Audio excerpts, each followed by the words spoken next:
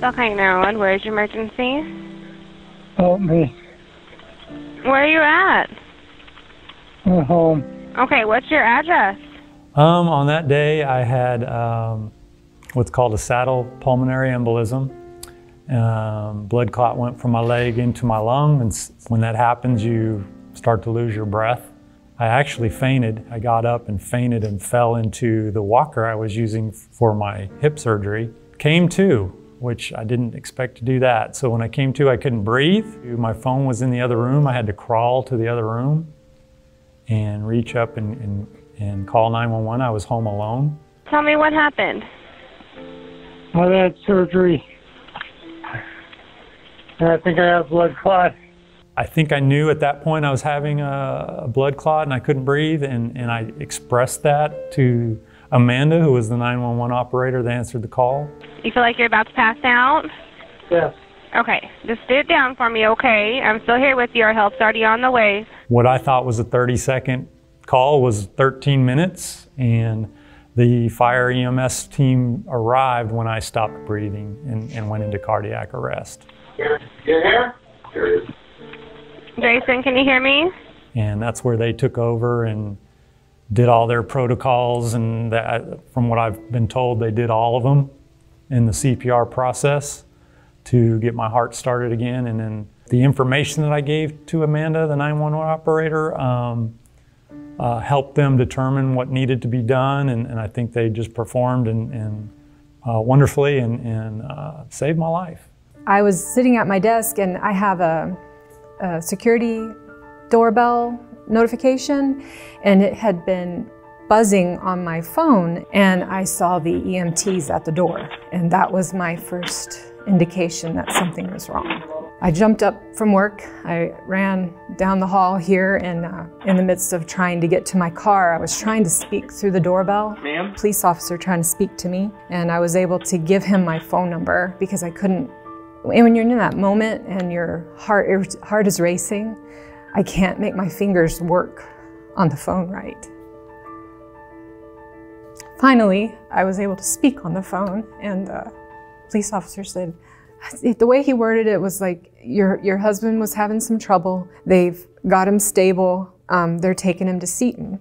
When I got to Seton, I came in, and of course it's an emergency room, just like anything that when you go to the emergency room, you expect to sit in the waiting room and wait. And the lady behind the counter, she seemed like she was busy, and I said, hey, you know, I'm here. I think you guys have my husband. And she looked at me, and when she looked at me, that's the first time I knew something was up, because she said, yeah, they're working on him right now. I'm gonna put you in another room. She put me in the room, and she said, they'll be here to talk to him. And I was like, no, wait a minute, what's going on? And she said, his heart stopped. That was the first I knew. The doctor did come in, and I can't tell you exactly what he said, but he said that he was alive. He said that a clot had come into his heart and then went into his lungs and got caught in his lungs and squeezed so much. And every time his heart would beat in, it would squeeze to where it couldn't beat out anymore, until it got to a point where his heart couldn't beat anymore. And the nurse that was in there, she was telling me a lot of information all at once, but mainly, you know, one of the things I remember her saying is, she said, you know, this clot was massive. And she went like this, like it was massive. And I didn't know what that meant, you know, I didn't understand what a saddle PE means. A saddle means like, it's just like a saddle, it sets. The doctor came in and they said he was doing really well because he was trying to pull out the tube, the tube that he had. I came to hearing her voice, and I couldn't speak with the incubation, so I actually signaled her with my finger to come over, and the nurse saw me doing it.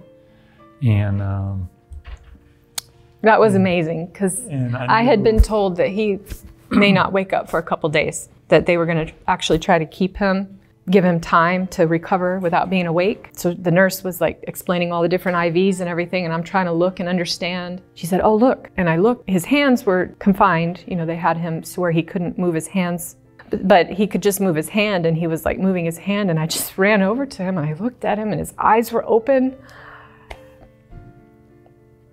I was just like, you're here. Yeah. And I can't tell you everything I said, I know. I said, you know, I love you, of course, and do you know what happened? And, you know, he couldn't really communicate other than, I don't even know if you could do this or that. I can't even remember. I think I just talked. I said, you called 911, you saved your life. You're gonna be okay. You know who I am. Yep. I have a different take on this because I do work for the city, okay? And so I am aware of the numbers. I am familiar with the budget line that pays for the 911 communication center. I am aware of the budget lines that pay for the EMS and the firefighters. So I've known the value of that, just never personally.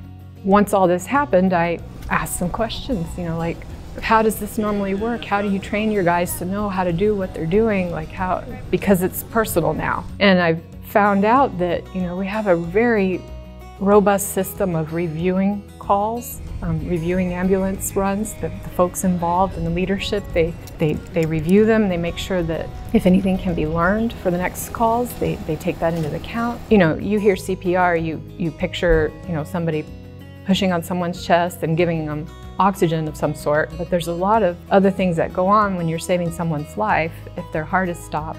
I know the fire department now has a machine called an auto pulse machine that they actually put on a patient, and it actually does the chest compressions. In his case, that wasn't in place yet. So the folks that saved his life did it with their bare hands. They did good. They did it right. They did all the steps. They had to go through all the however many CPR steps there are. So for the life-saving protocols. Our gratitude is beyond what we can express to the fire department, the EMS. I came to find out from Chief Kavinsky that they've won the American Heart Association Lifeline Gold Award 6 years in a row, and I'm just a testimony to that. It's funny, we even 6 months to a year before that, we were wanting to move out into the country like everyone says they want to do, and to know that if I would have been in the country and called 911, I wouldn't have had the response time, all those things that the city affords. Again, like she said, it gave us a new perspective on the services that the city offers and what your taxes pay for, and you know, you don't realize how quickly things can happen, you know, how quickly your situation can go bad. I'm thankful that their clean EMS is fast response time, so it was great. You know, it's the best the experience could be. You know, I'm here, so that's the best part, and it's due to them.